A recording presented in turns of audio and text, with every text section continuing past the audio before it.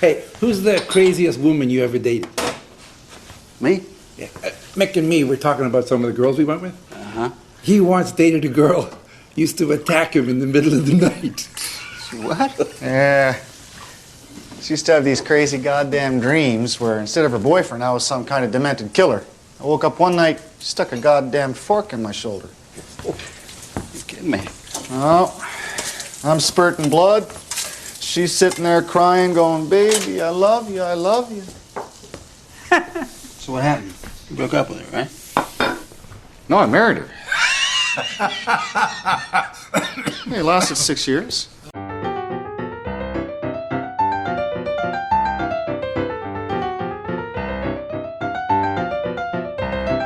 Hello and welcome to Comic Book Movie Oblivion, the podcast about feature films based on comic books and comic strips that people have stopped talking about. This week we are talking about A History of Violence from 2005, directed by David Cronenberg. Maybe gonna be the biggest director's name we have on this show. Sure, so far, I think. Yeah. Yeah, okay.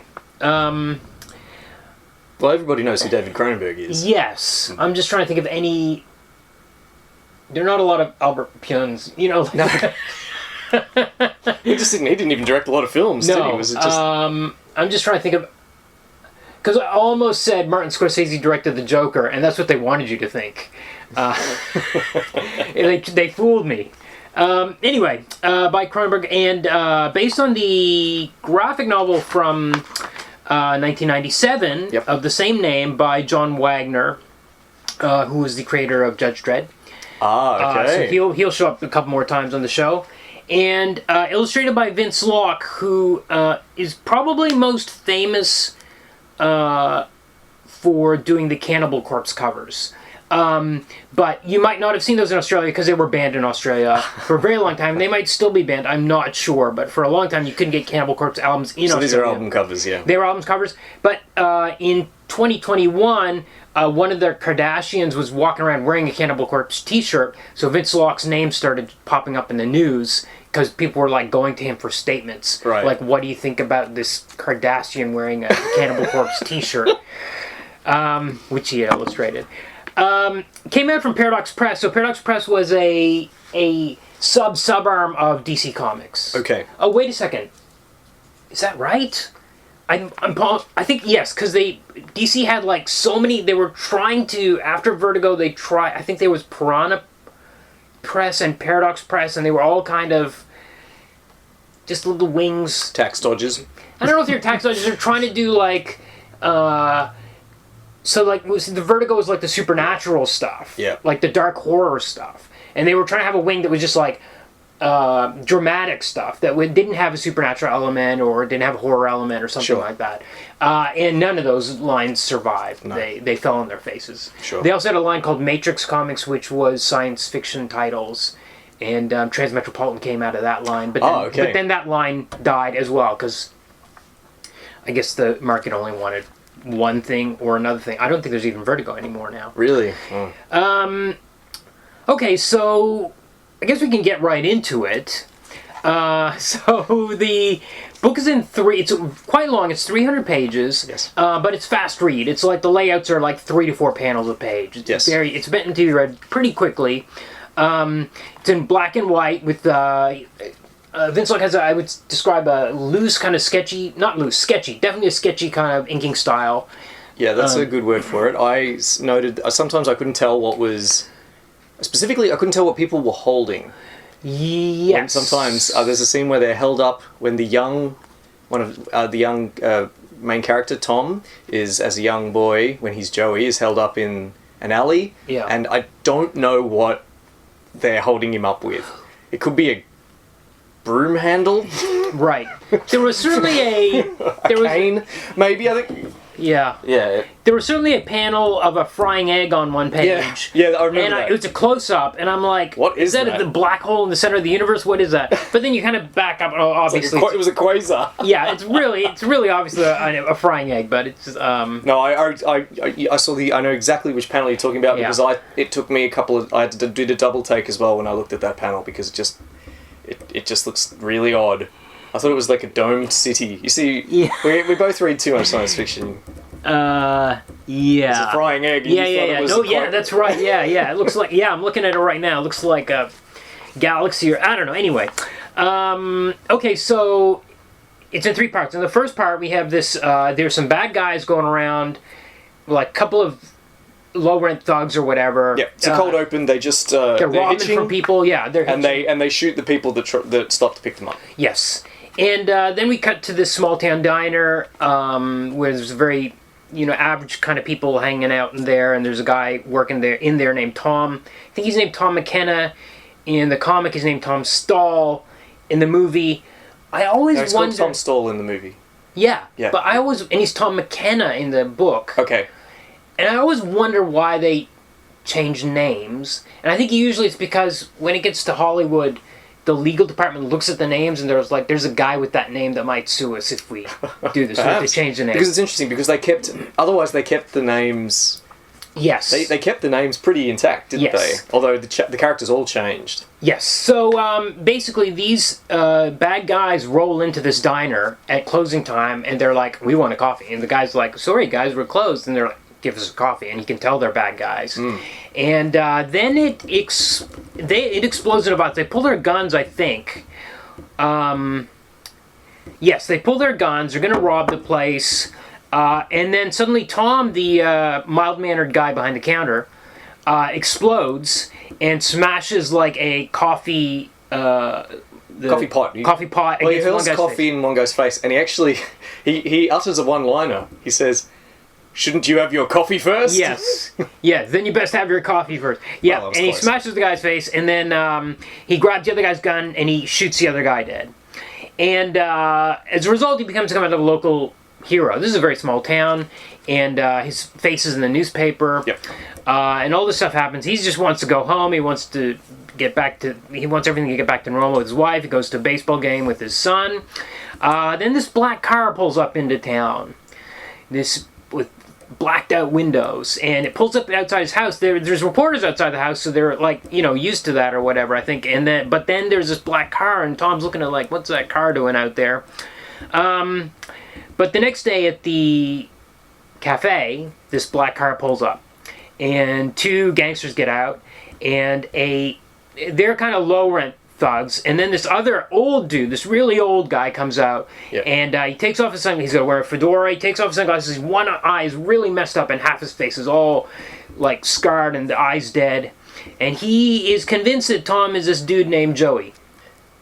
Yes. Well, And in fact, he says he looks like Joey because he says he looks like Joey. So And they've also, seen his picture in the papers. They've heard the story about this guy beating the crap out of these people, and he's like, who's missing a finger. he's That's missing a another finger. thing. He's got this finger in a jar. Yeah.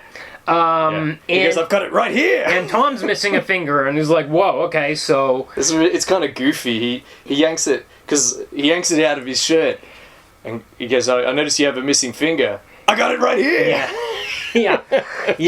And his wife's at the cafe that day, and she's like, "Hey, lay off or whatever." And the guy's like, "Okay, fine, we're gonna leave, but I think you're Joey." And the other 2 guys that are with him are like, "I'm not. Maybe it's not Joey." Yeah. They're not so sure. They're trying to talk him out of it. They're trying to talk him out of it. They're like, "Come on, it can't be him." Whatever. And he's like, "Oh, I thought I knew when I saw him, but it's been a long time. This guy's old. He's not certain." Yeah. Yeah, he's an old dude, and of course his vision's messed up. And so Tom and his wife call the sheriff anyway and say this guy was harassing us at the diner today. He's like, "Okay, we'll keep an eye out for this guy." And yeah, so the wife is going about her business. She notices she's being followed. She goes to the mall, and the bad guys are there. Mm-hmm. So she's still being harassed. She goes back. Did they go back to the cops? All right. So that the night, cops pull them over when they're on the road outside of town. does that happen in the At comic? gunpoint. It does happen in the comic. Okay. He actually gets him out at gunpoint rather Right. than just pulling them over. Right. Okay. And then they go and visit them, and he says, he tells them that these are guys that all 3 of them have been charged with murder at some Yes, point. he's like, these are real bad guys. He says, What are all they 3 doing have a right now? long history of violence. Title drop. Yes, and the whole time Tom is like, I'm not this guy. It's a case of mistaken identity. And the two young guys are like, yeah, maybe it's not him. And he's constantly denying it to his wife. He's like, I'm not this guy. The sheriff comes in. He says, there's something you're telling me. He's like, they must just think I look like this guy or whatever. I think the problem really hits when they see Tom's son. That's right. He's just about giving up, and they're getting ready to drive back to and then they wherever see they're this from. guy, and he's the spitting image of Tom. The guy they're looking for. The guy they're looking for, yeah, Joey. At that age. Yes, at that age. And that's what convinced them. They kidnap they grab the kid, they pull him into their car, they drive up to the house at night, and they're like, okay, we got your kid, we know you're Joey, come on out.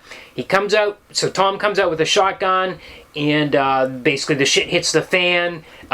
They're on this big farm, and he shoots like a propane tank. There's a huge explosion and stuff, and there's all sorts of carnage and stuff going on. But is it the son? It's the wife. The wife in the comic picks up the shotgun that had been dropped and shoots this one-eyed gangster guy dead, and all the guys are dead. Yeah, Tom/Joey takes out the two mooks. Yes. And but is hit in the shoulder, and then the old guy has him at gunpoint. Yeah. Just about to administer the coup de grace, but then his wife saves him for a second. I'm going to jump ahead a little bit, and I'm going to say that the movie's pretty close so far. Mm-hmm.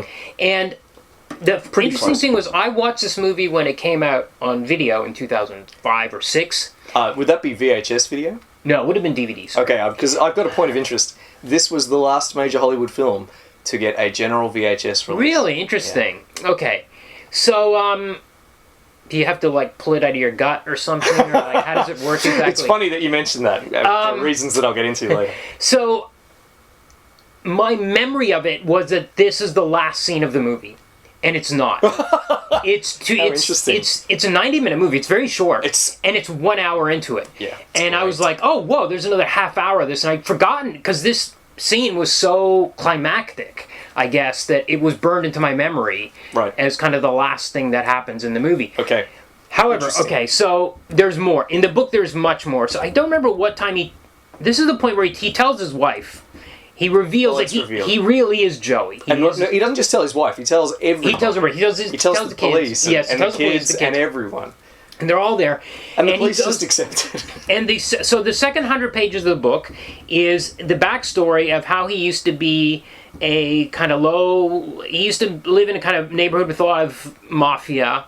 Yeah. I think it's supposed to be New York. It's supposed to be Brooklyn, yeah. Oh, is it? Yeah, yes. Yeah, I'm pretty sure. And him and his buddy really wanted to move up in the world and came up with this plan to rob these gangsters at like their meeting when they transferred the money. Yeah, that's right. Well, his older brother was like him. Yes. Always trying to get rich quick or something. Yeah. And he crossed someone in the mob, and they whacked him.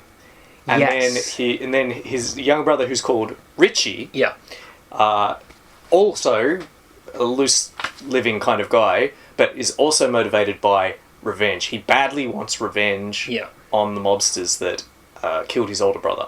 So as you say, he cooks up this wild scheme to raid, in point of fact, the restaurant that the mobsters meet in, I think, monthly? Yes. In order to, where they pool all the money that they make from their protection racket or what have you, and distribute it. And so, Joey, the young Tom, thinks this is insane. Like, they're just gonna, it's heavily guarded. Yeah. Not even the police go near him. Yeah. It's nuts. But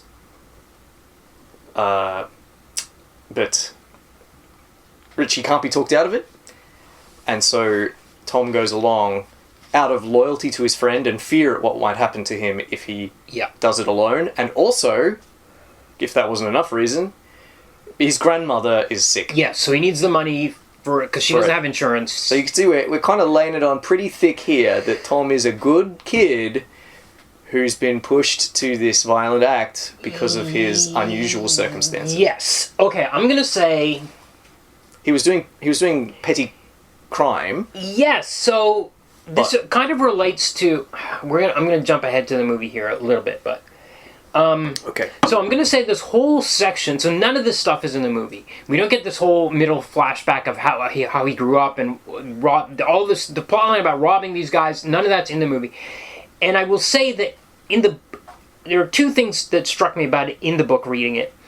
And this is an instance where I saw the movie first. Okay. In 2005. I hadn't read I didn't read this until last week. Oh, good. I did the opposite. So obviously I read the comic first and then saw the film. So, this stuff it's just boring mobster cliches and boring tenement cliches for 100 pages. Jack Kirby's comic about is 100 8 pages and 100 times better than this. It's the whole life. And I would say that reading Jack Kirby's book, I could kind of understand how that kid could go off. Jack Kirby could go off to World War II and literally fire a machine gun at Nazis, and also maybe could go into hiding 20 years later and then be this guy that's able to hit a man with a coffee pot and then shoot another man in the chest. There's nothing about Joey as a kid that indicates that he would be a sharpshooter and awesome in a fight. There's no connection. It doesn't make sense. No, it doesn't. It's not like so pleased that you say that because I completely agree. It just didn't. I was like, why are we spending 100 pages on this showing that he actually would not be able to hit a guy with a coffee pot, would not be able to shoot a man to death. The first time he ever kills anyone is in the shootout with fighting those gangsters. They've never even he's never fired a gun in anger. He has fired. They practiced at the guy. Yeah, they practiced, but he never fired a shot in anger. Shot a person at a human, they're tear gassing a restaurant in the middle of Brooklyn. Yeah. Charging him with gas masks. Oh yeah. Gunning down. Yeah, it goes total Punisher from 0 to Punisher in a couple of pages. It is crazy. And also it's very, as I said, it's very important for that we know that he's a good person. Right. Which is bizarre. Yeah. Like we go through all this backstory to establish that he's not a bad guy. He was doing it to save his grandma and his friend. I will also say, like, this is the thing in the movie, we don't get any of this background, so you can kind of believe that he was. It's hinted at more that he was a hitman of some sort. Yeah. That he was doing bad stuff all the time, and that's why he's capable of doing bad stuff. Now, is it hard to believe in the movie? I would say it's hard to believe that a guy that lived that life could shut it off for 20 years and live a normal life. I think that's you either get the stretch of the comic that this kid could become the Punisher, or you get the stretch that the Punisher could live a normal life for 20 years and pretend that everything's fine. Yes. Yes. So it's one of the. I think the movie's definitely better in this regard. The movie and also just to not go into the. It's pointless. It's just cliche. It's just gangster cliches and stuff. It's just it is pretty pointless. Okay, but then we get the the end of the book, which is crazy. Yeah. This is absolute crazy time. So it turns into a literal horror show. I mean, this is why Vince Locke, those Cannibal Corpse covers, it's quite obvious why he was the best pick for this, because it turns out his friend that he thought was dead has been somehow magically kept alive for 20 years with no limbs and like almost no skin. He's been like flayed. Magically is the word for it, because this is some Game of Thrones style torture porn nonsense. Yeah. His friend Richie, so they robbed the mob. Okay, so you have to provide a little more detail. Yes. They robbed the mob. Richie, true to form, can't keep his mouth shut. He's like those guys in Goodfellas. He's flashing cash around everywhere, and the mob catches up to him. Yeah. And he grasses on. Well, he's tortured essentially, and he gives them Tony's name. Yes. And Tony, in the middle of the night, leaves $8,000 for his grandmom. Tom leaves some money for his grandmother, and just leaves in the middle of the night, escapes. And that's why he starts his new life. Okay.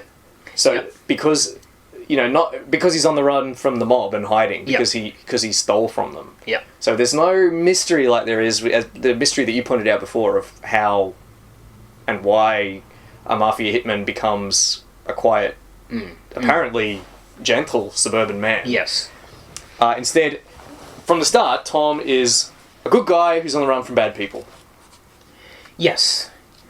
Right. So Richie's been captured, but they've kept him alive for 20 years. That's why I mentioned With that. no arms and legs. Stupid. They've chopped off his arms and legs. Because that's what the mafia does. It's famous for keeping people Because alive. there's one guy, they 20 even years. use the word Caligula to describe this gangster who's so... It's nonsense. This is the excuse for why he's so bad. He's just insane. He's just at the extreme level of insanity, this guy. It's the son of the old mob boss who was killed by Yes. Richie. Yes. And he loves torture. And Yes. he's kept Richie alive. And there's literally so I think the FBI or FBI shows up to get Tom's story once these gangsters are killed, and they go to New York, I think, for the trial. But he gets a phone call from Richie. Yeah. With this voice, like the gangster calls him and says, "Listen to your We've got buddy." someone who wants to talk to you. He's like, "Oh, Kimosabe, it's me. They won't He let can me still die." speak after He's not got an 20 infection. years. How is he? How do they feed eating? him? Yeah, how Does he just? Did they clean up his I wanna toilet off the die. floor? What? How does any of this work? do they force feed him? Have they been force feeding him for 20 years? It's absurd. Like I said, it's like Game of Thrones stuff here. Yeah. You know, it's just craziness. Doesn't Okay, make sense. so Took me right out of the book. I can tell you that. Yeah, so Fingers in jars. so he gets a call while he's in New York, and he's like, "Okay, I'm gonna go deal with this guy." And so Tom goes to the warehouse wherever Richie and the gangster is, and then we get literal chainsaw violence happening here at the end. Absolute horror show carnage. Yeah. It's a completely Using different a comic book. cordless drill to drill the guy in the leg. Yeah. Torturing him with a acetylene torch. Yeah. It's craziness. And then they finally kill them all, and then it's like literally the last page. He says it's all over. The yeah. end. Oh, it's all over. Yeah. Right, because you killed the crazy guy. She hugs him. And she's happy. Yeah, he's chainsawed a guy. If you hear me, my voice dripping with content, because of comparing this, like it's so silly, but also compared to the film, which is so great. Yes. In the way it treats, no one is happy about the acts of violence that occur in the film. Yes. And I would say. Oh, sorry. Go ahead. Nothing Go ahead. ends in the film. Yeah. It finishes very ambiguously. Yes. So what I think one of the reasons why I didn't like this comic is that it wants to say something about the power of violence, about the stain that violence leaves in people's lives, and how impossible it is to escape from. Yeah. Because Tom's violent past has caught up to him 25 years later. And he says over and over, "This isn't over," he says to his wife. "This isn't over. These guys never forget. They never let you go. Oh, until you kill the boss, and then they do let you go." Then it's the end. And then she hugs him. Yeah. And Tom is never criticised for any of the acts of violence he commits in the book. At any point. Yeah. When he shoots the guys in the coffee shop, fine. Yeah, he's a hero. When he kills the guy, when he butchers the mobsters out the front of his house, he's just defending himself. Yeah. When he goes back to New York, the cops that pick him up from the airport literally slap him on the back and say, "Man, that was so great what you did 25 years ago when you killed a bunch of people in a restaurant. Oh, I wish we'd had the guts to go after." Well, I think that might be okay. I think that narratively that might be okay. I think it's annoying in the book because nobody's criticizing him for it. But I do think maybe the cops might slap him on the back. Yeah, maybe. But the thing is, it's present along with these lines that are meant to say something about how your past is. Yes. If you have a dirty past, it doesn't go. But it's trying to say something about violent acts, but the theme is constantly undermined. Yeah. Because he's celebrated for his violent acts all the time. I think Actually, he has no business performing, as you pointed out, because he was just some guy. He was just some kid. Yeah. I do think, like, I did like the first third of this. I did quite like it, and I think I was shocked when I got to page 100, and it was the end of what I knew the story to be. I was like, wait, there's 200 pages more of this? What could it possibly be? So that kind of surprised me, because I did kind of like that first part of it. It is interesting that in both versions, a gangster rolls into town, a really scary dude, missing an eye, comes into town, he's like, "You're Joey, aren't you?" And he's like, "No, my name's Tom, you must have me mistaken for someone else." But as a audience of either the comic or the movie, you know there's another hour of this. Yeah. And you know, and in the book it's a bit more like there's a point where at the baseball game, one of the townspeople, after this, he's become the town hero, somebody says, oh, I remember when he first rolled into town and he seemed like a drifter, but he had a lot of money. So there's like hints, dropped through there, and it's kind of like, yeah, he's got to be lying about this. Like, you know, he's got to be Joey. It's got to come out. And I think that's true. The movie tries to play it more ambiguously, but a little bit more, but you're like, I'm still like, he's got it. And there's nothing with the finger in the movie. No, thank goodness. It's so ridiculous, the finger in the jar. But it's kind of no, I mean the movie plays it, and I think it plays into some of the themes. So yeah, which we can get into. But I think there's a lot more ambiguity about who Joey is in the film than there is in the comic. In the comic, it's very plain that Tom and Joey are the same person. Yes. So he's still Joey, essentially. He's still the kid he was, you know, like the good-hearted kid who got sucked into this crazy crime. Right, got it, right. And he's just pretending to be Joey. Yes, right. In the present. He's pretending to be Tom in the present. Yeah. Sorry, he's pretending to be Tom in the present. I just keep mixing those up.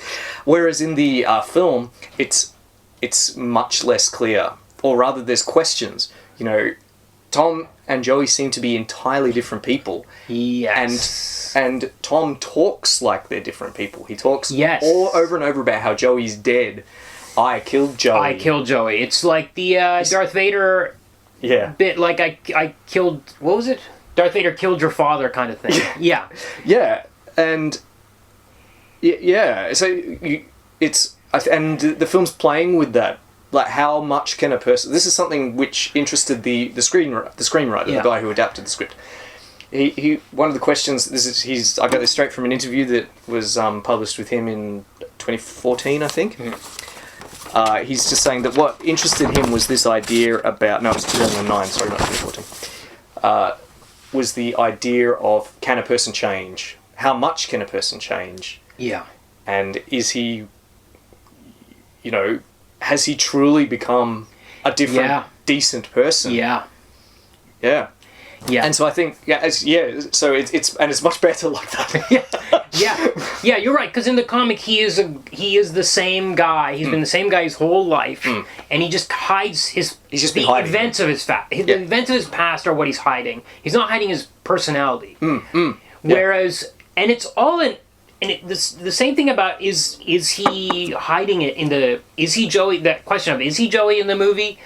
It really comes out in Viggo Mortensen's face and his ability to project that he's lying. Yeah. As an actor, that's an amazing thing because you're lying anyway all the time. And for him to actually show in his face that he's struggling to come up with an answer to how do I reply? I'm not Joey. I don't know who this Joey guy is. Yeah. And it's really very obvious on his face. Incredible in this movie. Amazing performance. He said he thinks it's the best of his career. This film. I was about to say it was Leatherface Texas Chainsaw Massacre 3 from 1990, but I guess it could be this.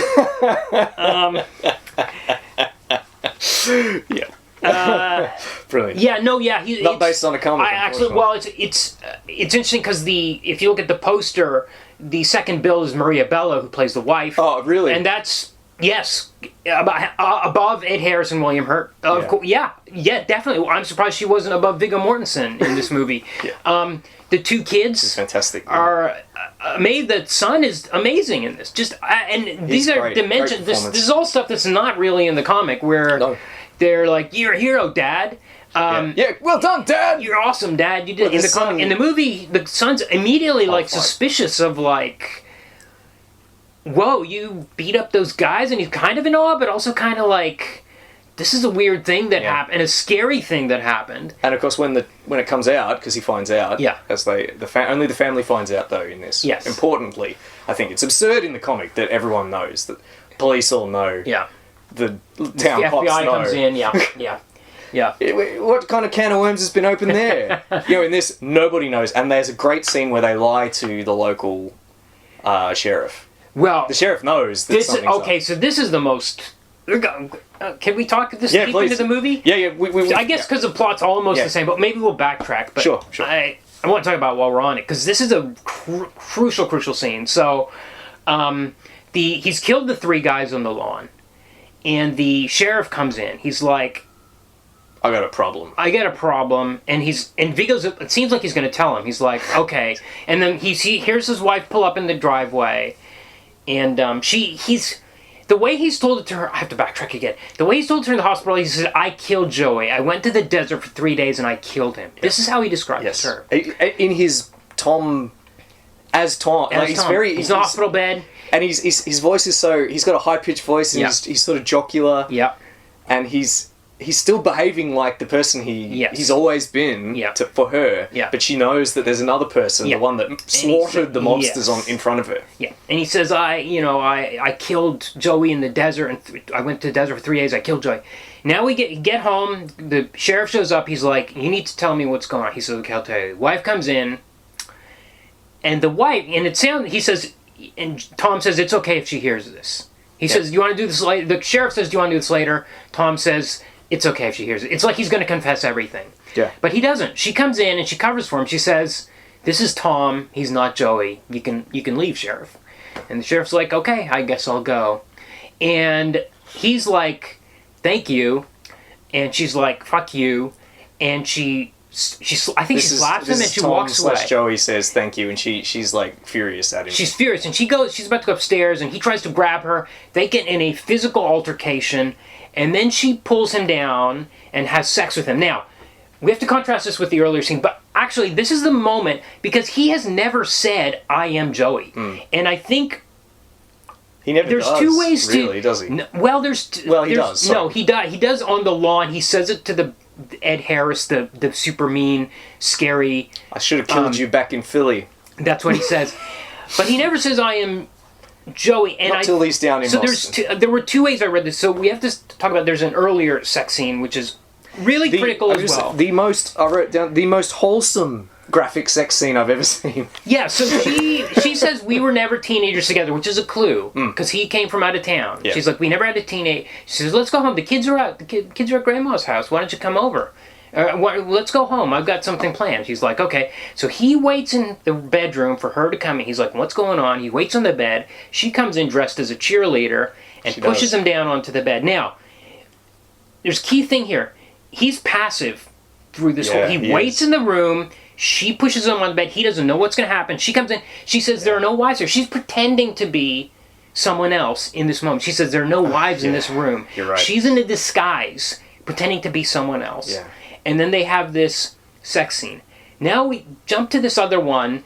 They're fighting, physically punching each other on the stairs. She pulls him down. And then they have a very rough sex scene compared to the first one. Yeah. Because we see the bruises on her back after from being on the stairs. And it's kind of, I read 2 ways. It's her way of forcing him to admit he's Joey. Okay. By having sex that way instead of that passive way he was having it before. Yeah. She's forcing him to reveal his truth. And he hasn't admitted he's Joey. This is the only way she kind of metaphorically gets him to do it. That's how I read that scene. I thought it was really... Because she's still super pissed off with him afterwards. Yeah. When she walks out, she won't speak to him. Yeah. Out of the shower, she comes out of there. I was, I must say, I had trouble getting a bead on that scene. Yeah. I couldn't really make head or tail of it. That was just my reading. Your reading of it is a good one, I think. Very good. I did, I read some interviews with David Cronenberg, and he talks about it. But he talks just a bit about how sex can be considered a violent act, and that he always explores sex in all of his films. But that's as far as he took that analysis, and I didn't really get anything from it. Yeah, well, it's interesting. She initiates it in both instances. Yeah, you're right. I think that's very perceptive of you, yeah. So interesting thing is, Cronenberg did not know it was a graphic novel. Didn't he? He didn't even know. So he just got the screenplay from this guy, Josh Olson, who I'm surprised hasn't written more. But I guess that's how Hollywood screenwriting goes. He's probably doctored hundreds of scripts. He has written... I found, like I said, I found an interview with him, and it talked all about his projects, but apparently he was adapting the Halo video game for Peter Jackson. That hasn't been filmed yet. Wow. Okay. And that was back in 2009. Okay. So I have to say, this movie was... I've seen this movie, as I said, in 2005. This movie was unsettling. It was a very David Cronenberg... It's not a horror movie, but it was a David Cronenberg movie, 100%. Yeah. Because this opening scene where you get opening scene you get a so motel, that we get the two bad guys. It doesn't open quite like the comics, so I was like, okay, they're not hitchhikers. It's so good. It's all one take. Yeah. They come out of their hotel room and there's a car at the front of shot. Before that, the guy comes out of the room and one of the young guy, the younger of the two guys, who's dressed as her casually versus the older guy wearing a suit, squares up the chair like there's a deck chair out front, and he lines it up neatly against the wall. Yeah. Yeah. Okay, I'm like, okay, that's a detail. What a great detail. And later on, when he goes into the office, he checks the phone for change. Yes. Yeah, he checks the phone for change. These guys are serial killers, incidentally. Yeah. We don't know that yet. Because they're doing these oddly normal... They're doing these normal he says, I'll go check... The older guy says, I'll check us out, drive the car up. The car drives a few feet up to the door. It's like, what? And it's just all one take. The camera just rolls with the car. The older guy goes in, he comes out, he throws a towel into the dumpster. Yeah, and it's like, I'm not feeling good at this stage. No, he took a long time in there, and the guy says, the young guy says, what took you so long? I had a little trouble with the maid. Yeah, I had a little trouble. Oh my god, I wasn't very happy about this. Well, we knew. Presumably, when you watched it the first time, you felt the same. I mean, I knew what was going to happen because I'd read the comic. And the young guy also looks at the postcards when he goes into the office. Yeah, and then the camera pans around, and you see all the dead bodies. The dead body of the motel. Two people. Clerk and the maid. Yeah. And then a kid comes out who's alive. This is probably the worst actor in the movie. Is this kid, because she doesn't seem quite as scared as she's supposed to be. She strokes the doll's hair. Yeah. Was it? And then then he just shoots her in cold blood. Yeah. And then do we get credits? I can't remember. Anyway. But you're right. There's something about that one take. The tension really kind of ratchets up over time. Yeah. As we roll along with the car, and he comes out of the focus. We never cut to another angle. He just comes out. You can sort of see he's got something. He's wiping. Is he wiping? He's taken off his jacket. He's wiping his... Why? What's going on? You just checked out of a motel. Why are you wiping your hands on a towel and dumping it in the dumpster outside? Yeah. And, when the first scene where Ed Harris, as the old gangster with the missing eye, shows up in the diner, I was very nervous. And I've seen this movie twice. And I've read the comic, and I'm like, I'm really scared. This is, by the way, Connection. This is our second Ed Harris, maybe our last, unless we have a cheat and do Creep Show. But he is really frightening in this. His delivery, I don't know. There's something about it. It's not the eye. He shows his eye. He pulls off his glasses, shows his eye and the scars, and that's nothing. It's his insistence sinister. That he's Joey. There's no doubt in this version that Tom is Joey. He knows him by sight. Yeah. Unlike, he's not like a doddering old man. Exactly. Yeah. And it doesn't seem like the young guys are handling him and taking care of this old guy. He's kind of fine on his own. Yeah. He's in charge. Oh, he's the boss. He's in charge. He's the boss. They're taking orders from him. Yeah. And it doesn't seem like... And I mean, there's a scene in the comic where he gets mad at them in the motel room when they're... Yeah, but he never seems in control. He's like, I can still take you out, and he's just choking them. Yeah. He doesn't seem... He just seems erratic. Yeah, plot-wise, it's pretty similar. We don't get this stuff about Tom's background, how he drifted into Tanner, but we do get that line about how we weren't teenagers together. Yeah. His son is playing baseball and dealing with school bullies. Yeah. And I have to say... The pervasive... There's a scene where Tom shows up to work, and there's a diner and another guy who works in the... Sorry, a diner. A guy, and a customer. Yep. And there's a guy working in the diner. Yes. And they're having a conversation about the craziest girlfriends they ever had. And this guy says, well, I had this girlfriend who woke up as a nightmare and stabbed me with the... Because she thought I was someone else. Because she thought I was someone else. She would have nightmares that there was someone else in bed with her, like someone attacking her in bed. And it's like... And Tom's like, whoa, did you break up with her? And he's like, no, I married her for 6 years. And it's like, there's kind of this fog, there's a smog of violence that everyone's inhaling, despite how this peaceful American Pie town. Yep. And the son at school is being bullied. And there's that was a very How he deals, tense. yeah, it was very tense. as well. But it's interesting how he deals with his bully that first time. Yes. He diffuses the situation with This is so with critical. humor. Yes. Yeah. He uses humor, and he makes the guy laugh. Basically, people are laughing at him. I can't remember what the line was, but anyway. So after the hero scene at the diner, we get a moment at school where the guys are bullying, and there's also an awesome moment where this son is hanging out with his girlfriend in town, and they're like, "What are you going to do in the future?" And they just have no hope for the future. It's just like we're in this podunk town. There's nothing for us. Our lives are already over. They talk about what people did 100 years ago. Yeah. It's like, did they drag race their father's horse in marriage? yeah. You're meaning that's what people will be doing 100 years from now in their space cars or whatever, as you say. It's just about the eternal present of living in a small town in America. So he gets bullied.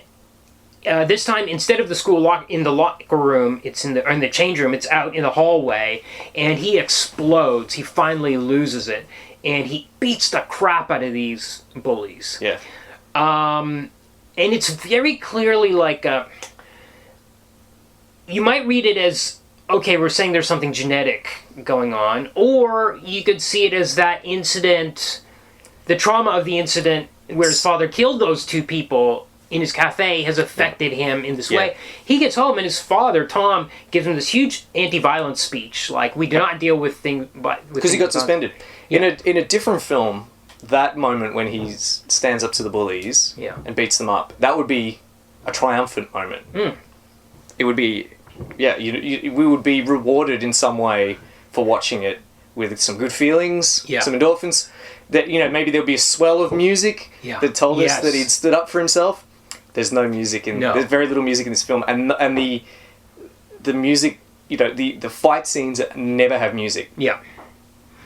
And what's more, we see what happens. Like, he's bleeding. The violence is graphic, super graphic. We always see the immediate consequence of a violent act. Yeah.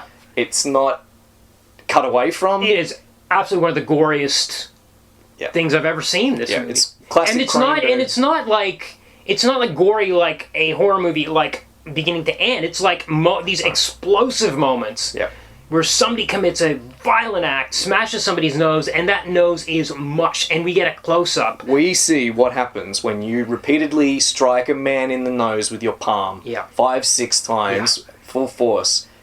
We see, or we see a vision of what that could look like, and it's disgusting. It's classic Cronenberg. Like, it's bubbling. This guy's giving these rasping liquid It's the parts breaths. of the body not being where they're supposed to be. That's what the Cronenberg... That part's not supposed to be there. When he shoots the guy in the diner in the face, the guy's got half his face missing. He's still breathing. He's blowing out clouds of blood. And gasping and wheezing, and it's disgusting and visceral. It's the same with the scene with the bullies, although not quite to that extreme. But there's just, he's not just been beat up and then Tom's son walks away with his head held high. No, he's hit these kids, hit them again, kicked them on the ground, and blood is just pouring out his face, and he's choking and struggling to breathe. And there's a risk they might get sued. We learned when he's at home, he's suspended. He's suspended. And it's like his mom's a lawyer, so he's like, whatever, Mom, okay. And Tom slaps him. We don't use violence to solve our problems in this family. And he goes, no, we just shoot them. And he slaps him, maybe hitting him for the first time ever. Almost certainly. It seems, because this actor draws tears. Like, he actually cries as he runs out of the room in this scene. If we think of Tom as being a fundamentally gentle person, Tom, that is, not necessarily Joey, then this is, I'm almost certainly the first time he's ever raised the cracks are starting to show, for sure, at this stage. Because after the thing at the diner, and now when he slaps his son, it's like, okay, it's starting to come out. So we get a... Cronenberg wrote that or said that he considered that the most devastating act of violence in the film, when he slaps his son. Yeah, it's a shocking moment, for sure. And I do agree, because the other scenes are like almost like what we've seen in movies. And Tom is he's such a gentle guy for the whole... Even when until he explodes into action, essentially. Yeah, even after the diner scene, he tries to go back to being Tom. I mean, this whole speech to his son is after that whole thing in the hero moment, let's call it. Yes. But before the butchery on the lawn. Yes. Which the son takes part in this iteration. Yes, that's right. The son is the one that picks up the... Shoots at Harris. And I feel like that the bully scene needed to happen before that could happen. I think so. And in fact, I'm not sure about the wife, again, in the comic, the wife picks up the shotgun and kills a man. It's very... I mean, even in that situation, it's hard. I have trouble imagining myself in that situation actually killing a human being. It's almost impossible to imagine, and it's hard to imagine her picking up that. But after what he's been through that day, I feel like, okay, there's a stepping stone. Sure. So that afternoon, one of the things that the film's saying about violence. That violence feeds on violence. Yeah. There's a line where the sheriff says, "We look out for our own here." Yeah. I can't remember which. I think it was when the first time Ed Harris had come in. So it works structured much like the comic. Ed Harris has harassed him in the cafe. Yeah. So they call the sheriff and say, "Look, we got harassed by this guy." And the sheriff comes in and says, "Don't worry, we look after our own here." And that was such a telling line, because Tom is not one of them, as it's slowly becoming clear. We get the shopping mall scene, much scarier again, because this time it's not the two thugs, it's the actual Ed Harris. Yep. Ed Harris points out he's watching the girls run away from the shop where her mum's buying shoes. Yeah. We have a great scene where she's looking for her. Yeah, scary scene. Very scary, I felt it, She's running around, she's calling out, "Sarah." Sarah's the girl's name. Sarah. I think so. We've got the camera following her. Yeah. A vertiginous kind of shot where we're sort of, the camera's following her around as she runs through the mall. Yeah. And then we land on Ed Harris. He's sitting there and he just points. Yeah. He points across the way. He's sitting on a bench in the middle of the mall. Yeah. And he points, and there's the girl. She's just happy, just playing. Yeah. She's looking at something in the window. Yeah. And then he has these, he delivers some sinister exposition, essentially. Why do you think your husband's so good at what he does? Yeah. Haven't you? Why do you think he was able to do what he did in that? Yes, in the diner? which is a line that would not work in the comic. No, it wouldn't work. Yeah. And he has a great thing where he talks about his eye. Yeah. He can't see too good out of the eye, and the only thing he can see out of it is Joey. Yeah, that is amazing. That was a great line. So after the shootout on the lawn, we get in the hospital. The truth comes out to the degree that he says, "I killed Joey." There's another. She says, amazing line is my name a lie? Her own name. Yeah. Her last name is made up. Where did that come from? And the kids. What is it? The kid's name too? Yeah. And she says, "Where did it come from? Who? Is there a reason? Tom Stall?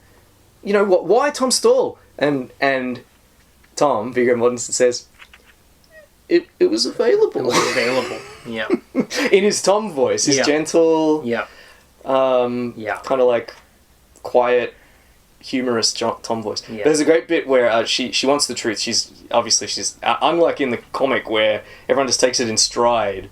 That yes. Okay. So this is the biggest, maybe the biggest difference. This is new in a sense beyond the plot. Yeah. The most important thing is everyone is horrified. they accept it. In the comic, they just accept it, and they're like, "Oh, Dad, you were this other guy. Like, this man has been lying. The mob is the bad guys. It's all about how do we get the mob off us? How do we stop the mob? In this, it's not. No, they're everyone except for the little girl who doesn't know any better. Is like so the son and the wife. They're revolted and horrified at this revelation. In fact, there's the scene in the hospital. She asks him, "What kind of person were you in Philadelphia? Did you kill for money? Did you kill for fun?" Yeah. And Viggo Mortensen looks at her and he says, "Joey did." And then my god. Oh my god. And then she throws up. Yes. It's great Cronenberg style body horror because we hear it. We hear it all. Yeah. We don't see it because she goes around a corner and throws up in a toilet. Yeah. But we hear, there's slops and plops as all the vomit lands in the cistern. Yeah. I kept thinking grotesque. this was such this was such almost an impossible role for the wife role. Even on the lawn, when she's killing all those people, and her son has been abducted, and she has to go through a lot of shit as an actress. Yeah. On that, and in this scene, I just couldn't believe it. She was so great. Everyone's fantastic. And we haven't even got to William Hurt yet. Right. So he's kind of like, Tom is like, this has got to be put to bed, finally.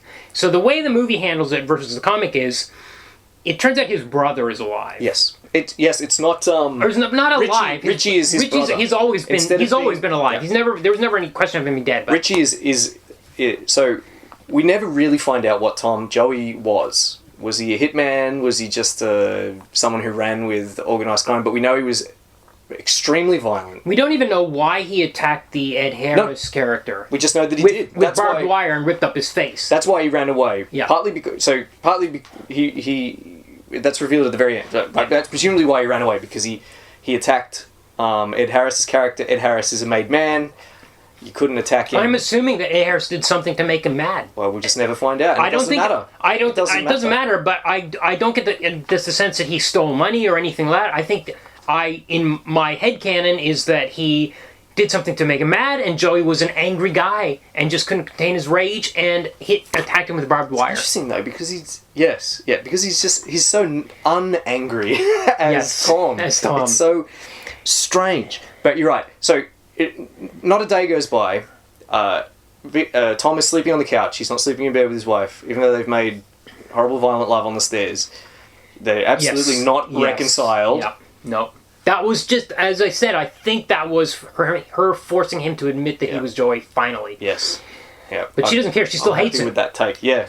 And he's on the couch. The phone rings. Yeah. He answers it, and he says, "It's Richie." It's Richie. Right. That's right. It's Richie on the phone. He says, "Hey, Broheim. Broheim. Okay. Yeah.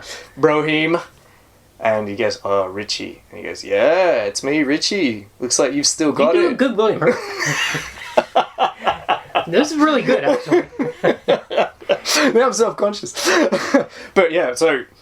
And we did know about Richie, because the cop ran the name Joey, whatever the surname was. Yeah, I can't remember. But there was somebody with a similar surname in the mob, but his first name was Philadelphia, Richie. and his name's Richie. Yeah. And of course, Tom just doesn't react. He just plays it, takes it on the chin. Yeah. But no, he's like, so we was like, "Hey, Richie, you've still got it. Yeah. You know, you're still a killer. Yeah. That's great." Yeah. And now, are you going to come down to see me? Yeah. Or am I going to come and see you? Yep. And then he gets in the truck. The pickup truck, yeah. And he drives off. Now, it occurred to me that there might be some symbolism with the truck, because he's always trying to get it to work.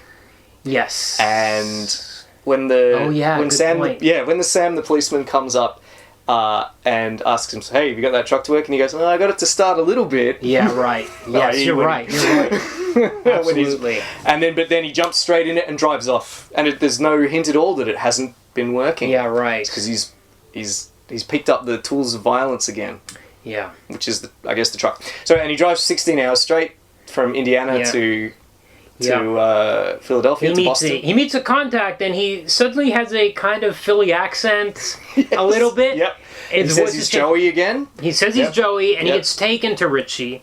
And Richie's living in a huge mansion. Yes. He's a top gangster guy at this stage. He's richer than anything. Yeah. He delivers a line, which is, "You've been this other guy almost as long as you've been yourself." Yeah. Which was... Yeah. Apropos of nothing, I mean... I've been living not in Canada longer than I lived in Canada at this stage. Right. So I heard that. Well, I say I am. You do sound Canadian. I sound that way, but that was a chilling line. So it turns out that Richie felt that he struggled to get where he was because his name was tarnished by the act that Joey had done in attacking the... He says in so many words, like, "You cost me a lot, Yeah. Joey. You cost me a lot of time and a lot of money." Yeah, Joey's like, "But look at this place. Like, you're rich." He seemed to be doing all right. And he goes, "I'm still behind the 8 ball," he says. Yeah. Yeah. Like he's always watching his back or something, maybe, because there's a level of distrust around him still because, he's the guy whose brother 20 years ago attacked a made man and killed a bunch of guys. Yeah. Yeah. And he's bitter still because he tries to. Yeah. So this is William Hurt is playing Richie. And he's quite scary too. He's brilliant. Not as scary as Ed Harris, but there's he's not sinister. There's more of a. There's a different threat about him. Absolutely, and he turns on a dime as well because he's friendly at first. He's welcoming. He kisses his brother. Yeah, it seems like he's going to welcome him back. Yeah. It does seem that way. It seems like he's going to try, like, why are you wasting your life out there? Come back to the family, is what it seems like it's going to be. And then it's revealed slowly, he's like, you cost me. He works himself I had up to work myself harder. I'm behind the 8 ball because of you and what you did to our family He tells name. a story about how he tried to choke him when he was a baby. Yes, oh my God, and then he says, better late than never. Yeah. And it's like, and Tom/Joey, is he Tom, is he Joey? Hard to tell. He goes, Richie, I came here to make peace. Yeah. And he goes, what can I do for you? And William Hurt's like, well, you can die. Yeah. And he turns his chair He turns around so he doesn't have to watch. And he tries to get his thugs to attack him, but Joey is, of course, like a Rambo. Yeah. And he's pure. Kills these guys. He's violence incarnate. Yeah. And he just takes out 3 of these guys. Yeah. And Richie goes up to the guy that tried to garrote him. And he's like, how did you fuck that up? Yeah. Look, William Hurt was nominated for an Academy Award for this film. I didn't know that. Best Supporting Actor. Right. And he's in for 1 minute, 5 minutes? Can't be more than 10 minutes. Yeah. He has maybe 20, 30 lines. Yeah. It's amazing. Yeah. It's so good. Yeah. It's worth the price of admission. Just my favourite performance, I think, in the film. Although it's started with, which is a tough call because it's full of brilliant performances. Yeah. The whole film's full of just fantastic performances. Yeah. But oh my God, William Hurt is just the cherry on the top of the cake. It's just and it's just in that last 10 minutes of the film.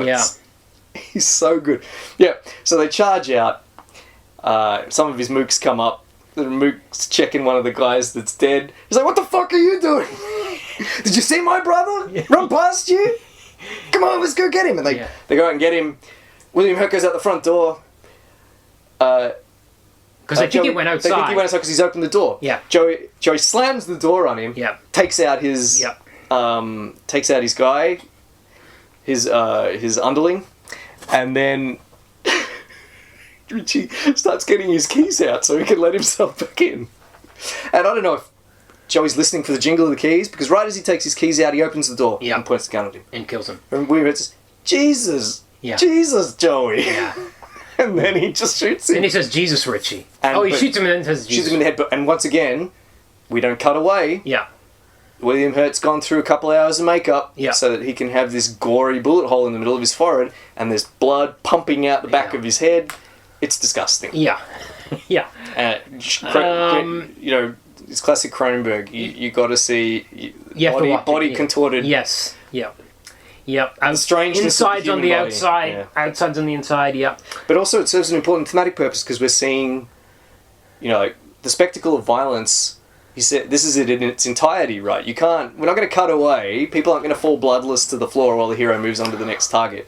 We're going to cut back." And you're going to see what happens. You're going to see the results of these deeds. I also want to say that plot-wise, this makes more sense than the comic in terms of finalizing this, because they've established that his name is that even Richie's name is a bit tarnished with the mob. So I think if anybody kills Richie, people aren't necessarily going to care. Yeah. Like they would care about killing that Caligula gangster in the comic book. Yeah, and Joey never stole from the mob. No. So there's no reason for the mob to go after him. So it's personal. It's a personal grudge. Yes. Richie is like a vicious, evil man. He's used to getting his way.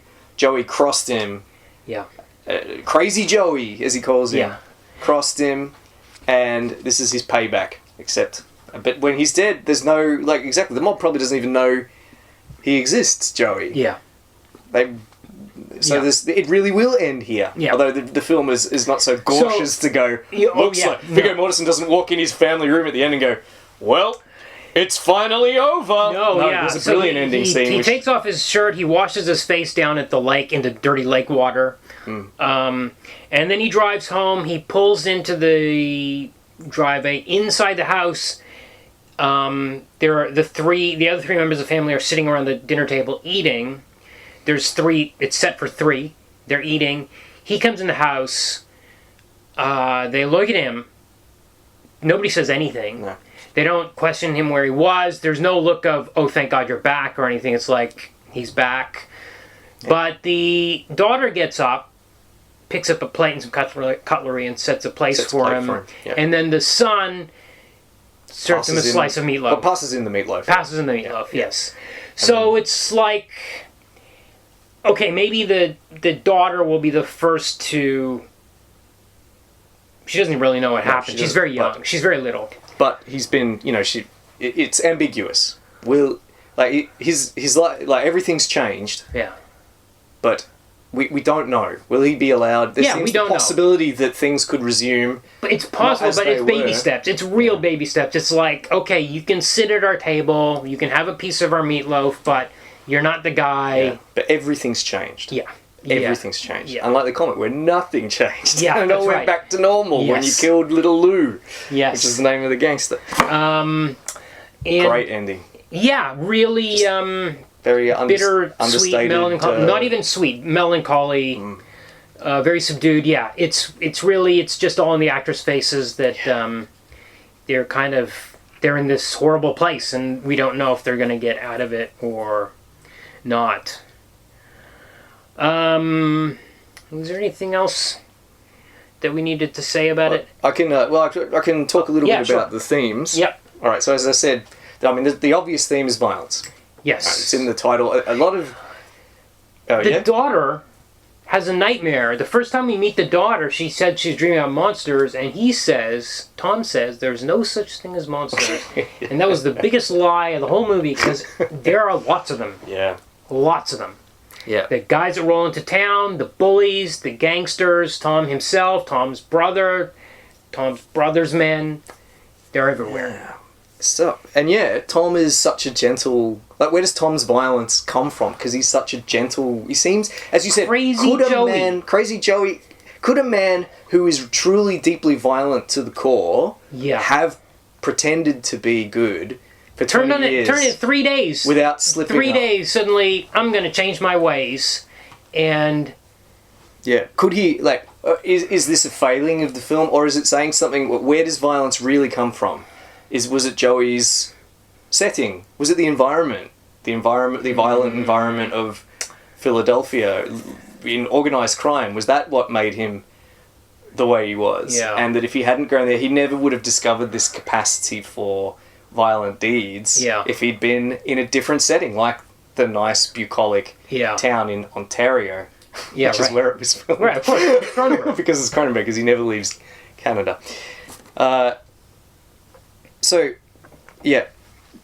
It's the film. So the film's called. A lot of ink's been spilled about the title. Everyone always. So of course the title comes from the comic book. But it's a good title. It is a great title, and but apparently reporters will always ask David Cronenberg and actors that appeared in the film. So what's with the title? Why?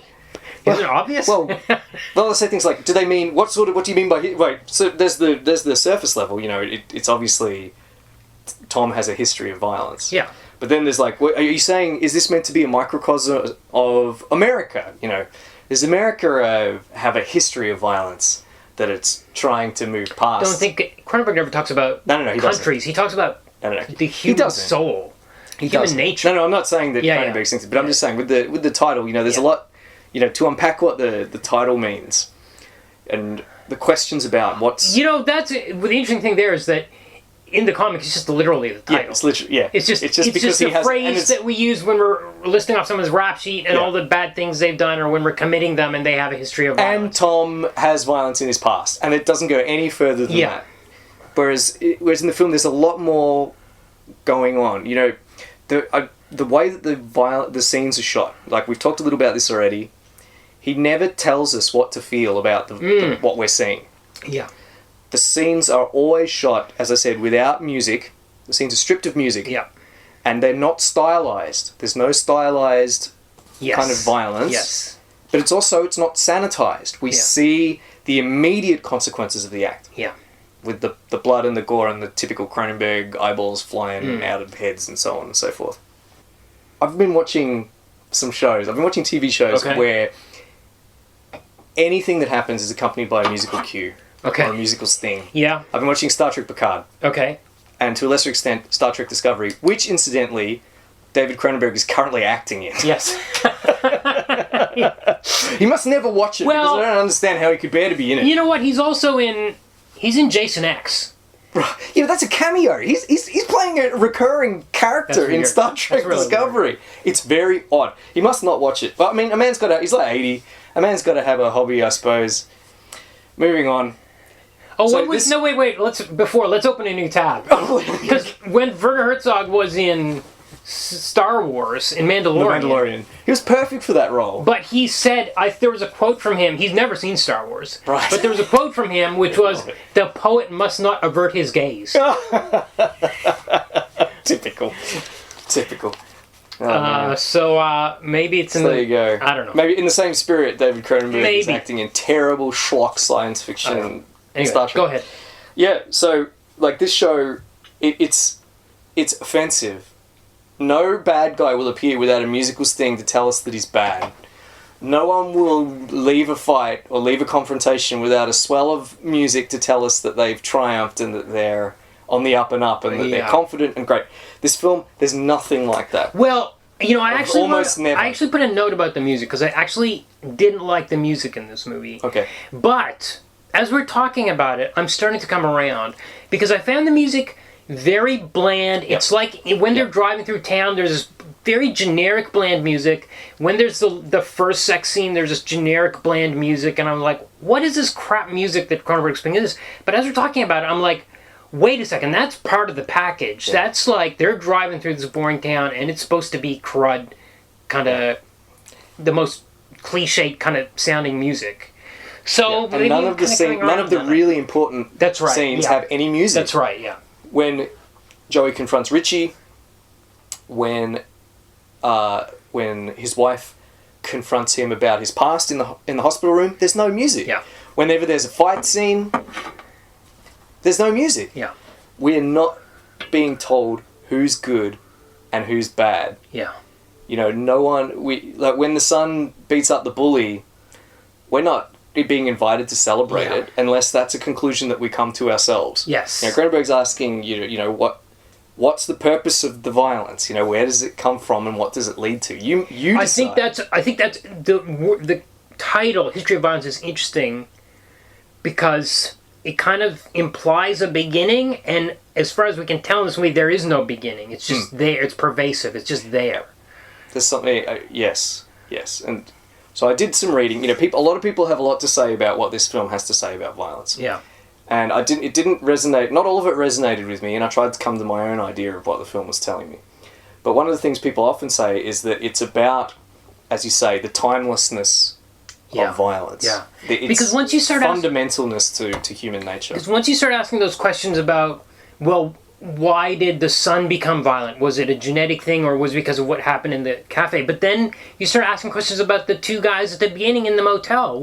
And they're nothing alike. There's the older guy in the suit and this guy in a t-shirt who just talks about how he's Old guy and a tired all the young time. guy, And yeah. it's like, what? They don't what even- is they it- don't look alike. They're so mismatched, and you're like, well, how did they both end up in this path where they have the same zero reaction to seeing corpses around them? And this guy kills a child in the opening scene after looking at postcards. Yeah, horrible, yeah.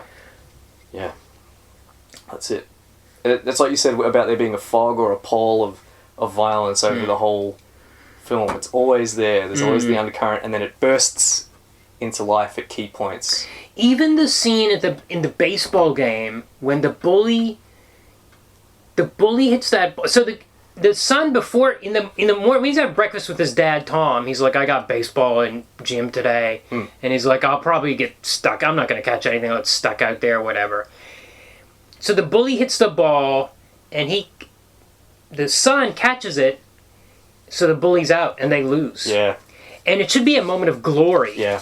Like, I caught a ball. Like, that was not going to happen. I'm this nerd. That was never going to happen. Somehow he caught it. But the split second he catches it, he knows he's doomed because this bully's going to come after him. Yeah. Yes. And that's enough about... Oh, the other theme of note, we've already spoken a little bit about the idea of identity. specific Yes. to Tom and Joey. So, how much is he Tom? How much is he Joey? Is it possible for him to be both, or is it possible that he's only one? And if so, which one? Yeah. I think we're invited to draw our own conclusions about that. And it's bundled up with where he keeps his violence when he's not using it. You know, Right. Where does his violence come from? It comes from his history. Right? I mean, it comes from his past. You know, that's one of the clues for the title. Yeah. But and he tries to wall it away. But is it always there? Cronenberg said in an interview that he feels that that Joey was never really a violent person. Is one perspective that he puts on it. Okay. He takes your question that you raised, importantly, says, could a person who was truly violent really be not violent for 25 years? Yeah. He says, I think, or one way of looking at it is what he says, because he's not telling us what to think of his film. So one way of looking at it is that Joey never had violence in his heart. Violence is just a thing that can be picked up and used depending on circumstance. But then they called him Crazy Joey, and we don't know why he attacked that guy when he was. It's great that we don't know that, because if we did know, it would answer the question too easily, that's wouldn't right. it? That's right. How crazy was he really? I think we almost have a. Did he have a good reason for it? We will never know. All we know is that he was a violent man, and that his past has caught up with him. Yeah. All right, I've got some trivia. Okay, I just want to say one thing. I think we've got a Brundlefly situation on our hands. I think we have a person that another Cronenberg film. The Fly? I think that's why it made me think of it. I think there's a thing inside of him which is taking over the course of the movie, and he's losing control of it. And he's trying to keep it under control, but it's there's another equally I agree, another equally valid perspective, because there are moments in the film where his visage changes. Yeah. You know, because Viggo Mortensen's a great actor, and there are times when something comes over him. Yeah. And he just looks more sinister. Yeah. Like when like the violent sex scene. Right. Yeah. And the slap when he slaps the sign. It's like he becomes a different person. She says to him, "Are you like a multiple personality guy, like a schizoid?" Yeah. She says to him at one point. Yeah. Which is another interpretation. It's interesting that he's not the one that encountered the bad guys in the mall. You know what I mean? Like, things would have played out maybe a lot differently if it had been that way around or something. Sure. Because there's a scene where he sees the car parked outside the diner, and then it pulls away, and he's convinced that they're going to his house. So he runs home, thinking that the bad guys are going to attack. And he tells her to get the shotgun out and stuff. And he kind of freaks out, but he's still in Tom mode the whole time. Yes, he is. As if he's really Tom. It doesn't seem like an act in... No, he's... Boy. Yeah, well, unanswerable. Watch it. Exactly, and I think it's meant to be. So watch it and see what you get out of it. Yeah. Because it's such a beautiful... Well, I wouldn't call it beautiful, but it's such a wonderful, complex film. Yeah. All right, trivia time. Okay. On the violence... on the action scenes. Okay, here's a direct quote.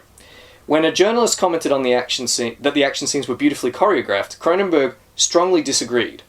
Here's what he said. They weren't choreographed at all. It's very brutal, and it's very accurate, and very realistic. I found some DVDs teaching you basically how to kill with your hands. Oh my God. And now I can do that. Wow.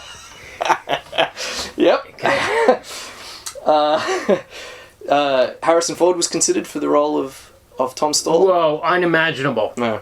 And so was Thomas Jane, who of course... Whoa! Yeah, and they both turned it down. Whoa! Yeah, of course, Thomas Jane had already played the Punisher, I think, at this point. Is that 2000? We better look this up. Pause the tape. Let's figure this out. Because if it's true... Yeah. Well, this is not from a reliable source. Okay. Come on. So Thomas Jane, the Thomas Jane Punisher movie was 2004. So I'm struggling to imagine Cronenberg going, let's get this guy, because it seems to lack subtlety or tact. Right. It might be scuttlebutt, because I didn't get it from a reputable source with a citation. But here's one I did get from a reputable source. Okay, there's a deleted scene that Okay. didn't make it into the final cut, but it's on the special features of the DVD. Okay. Assuming you have the DVD and not the VHS tape. Okay.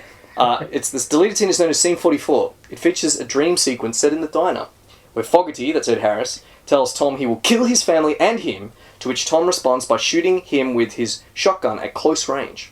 He then approaches Fogarty's mangled body, at which at that point sits up, grins, and shoots him. Okay.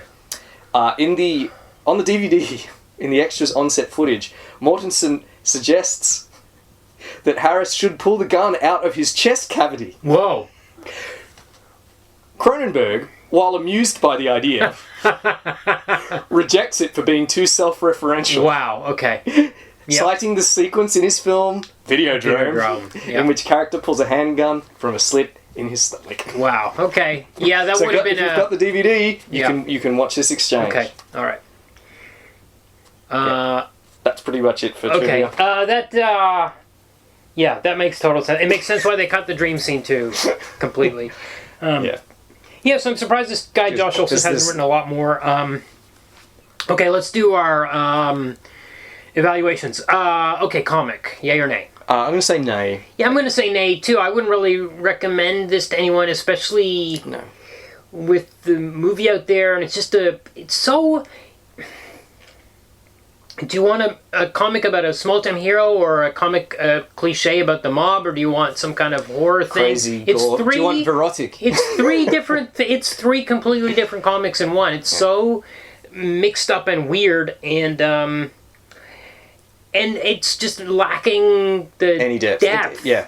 I do like the tension of I like the way that he keeps denying it. In both the movie and the comic, I like the way he keeps denying that he's Joey, and yet it starts to become more obvious Makes to us. so much more sense in the film though, where he almost seems to be living inside. Well, Yes. he is Tom. I think. Whereas, as I said about the comic, he was Okay, really just so Joey. I think we're both nay on the comic. Yes.